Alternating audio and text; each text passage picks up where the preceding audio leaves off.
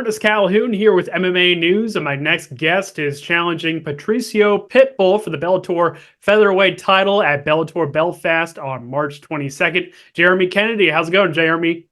It's good, man. Thank you. I appreciate the time once again. First things first, it's been kind of a roller coaster for you and kind of a unique road to really get to this opportunity. You were originally supposed to face James Gallagher, and now you get the call a few weeks out that you're fighting for the title. Just kind of first off, like summarize what these past few weeks have been like for you. Yeah, man. So it's been a bit of a roller. I mean, the whole year has been for me. It's been kind of bouncing around with fight news and then kind of just uncertainty, and then the buy obviously happened, and so not a lot of people knew what was going on around then. And then I just wanted to be on that first Bellator card back was kind of my big thing. I waited all last year, things didn't work out, so I really wanted to be on there. And my manager, Mike Hogan, Bellator, like they respected that. They wanted to get me busy too, which was cool, and I appreciate that. So I was willing to fight anybody, and Gallagher, hometown kid, very highly touted. So that's the name they brought to me, and I accepted right away, of course. And it was the number one contender fight. So, I mean, again, it was another opportunity to earn this title shot again. And so that was it, training full steam ahead for that. And then, about probably 2 weeks now, right around that Saudi Arabia card. So end of February, they contacted me and told me about the switch up, and of course I didn't even bat an eye. I was like, yeah, of course. The only difference was obviously opponent, but 3 rounds to 5 rounds, and with a month, I'm cardio is always one of those things that I lean heavy on, anyways. So an extra 2 rounds is no problem for me, and I, like I said, I had another month to train, so it's not like it was right at the last second. They're like, hey, now there's 2 extra rounds, So I've had ample time to shift my focus to Pitbull. And I spent all last year game planning and training and putting in training camps for him. So it wasn't like a big sit down with all the coaches and figure out what the heck's going on. We just switched it up. I sent my coaches, the news, and the next day we were already game planning back to what we'd been working on all year. So the timing's working great for me. It all works out perfect. And exactly. It all came together in the end. And stylistically, there's some differences between Patricio and James, which I want to get to in a second. But in terms of like your fight camp, like what's that experience like in terms of, shifting between 2 different opponents? You said that you've already been in a full camp, so it's not like you're just coming off the couch or anything like that. But what specific changes like did you have to make to your camp as you get ready for this fight?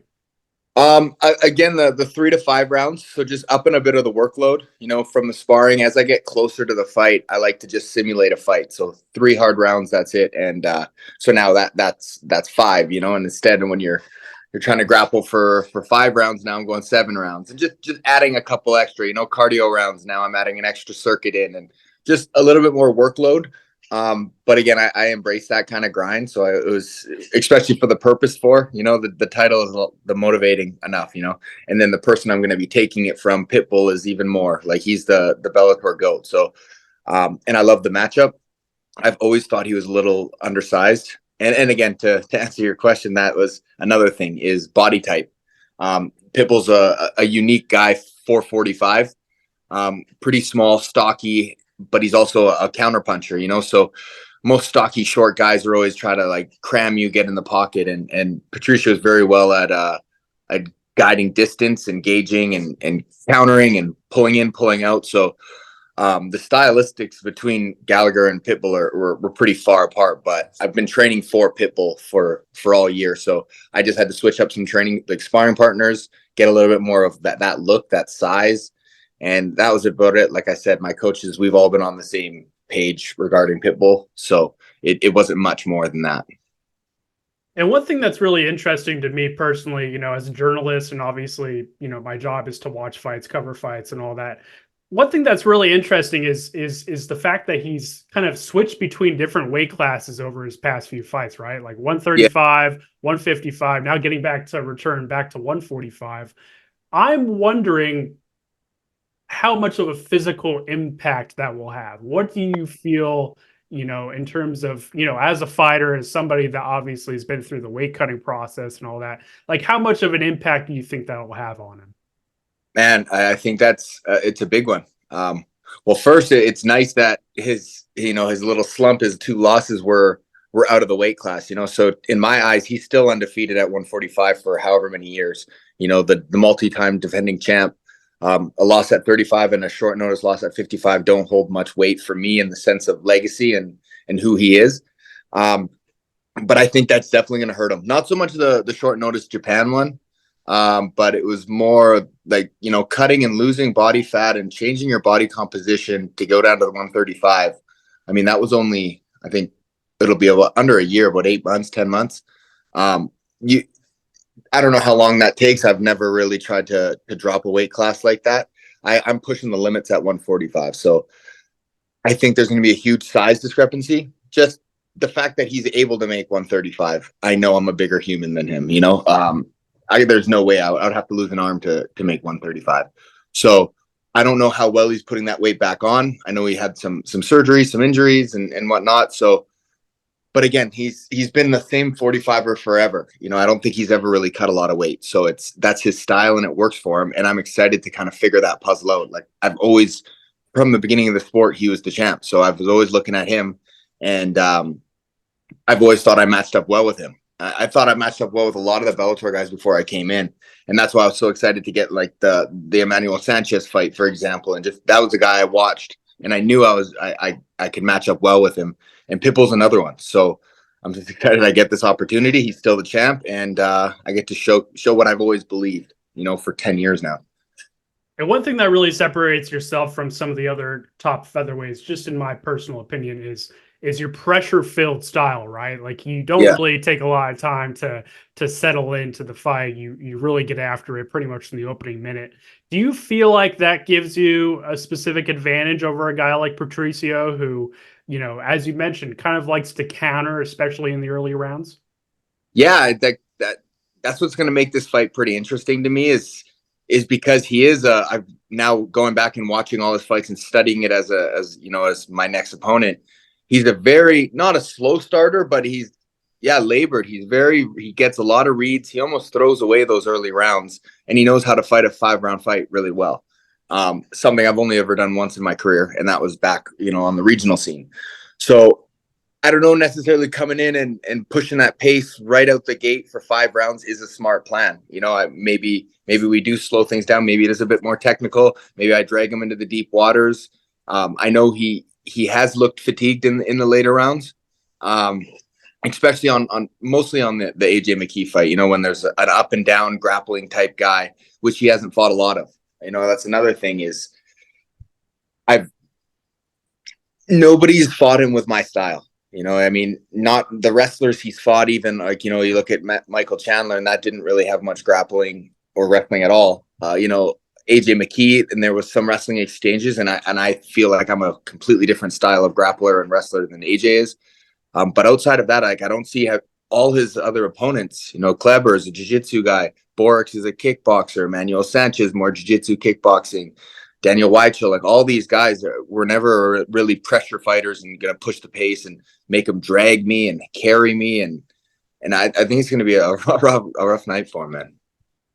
I want to switch gears a little bit here because you're one of the rare guys that's fought for Bellator and the PFL. And now obviously, with this big news with the PFL purchasing Bellator and all that, I want to get your thoughts, like, because there's a lot of speculation and rumors about Bellator fighters that are going to be fighting in the season format. And as somebody that's fought in that season format before, what advice would you give to those Bellator fighters as they get ready to fight in this unique format and this different style? Yeah, that's a whole nother ball game, man. It's tough because you've got you can't treat, all these Bellator guys are going to be coming over and used to, a fight every, 5-6 months where you get your time off and then you get a nice long proper training camp. With PFL, it's by the time you're done your first fight, you already know who you're typically fighting and you're already like 7-8 weeks out. You're already in camp again. So it's more of just a mental thing, knowing you're in shape and let your body rest a little bit. You can have a little bit shorter of a camp, because you're not starting from scratch. You just fought. You don't need to spar the next day because you're 7 weeks out or whatever, So I remember when I was doing it, I was only sparring about the last 4 weeks because I was so sharp and everything's on. You lean heavy on your strength and conditioning and a lot on the recovery. But yeah, like these guys are going to find out soon, and it's a little different now. I think I had it the hardest. We had 2 fights in one night as well. But still, those back-to-back fights, it's fun if if you like the activity. It's some different guys thrive too. The smaller guys that don't cut as much weight, that they can bounce back a lot quicker that's an advantage. But then again, you got these guys that are bigger, cutting that weight constantly. You're dieting for a year or 7 months. So it's taxing. So I'm excited to see. From what I've heard, I think there's quite a bit of Bellator guys going over.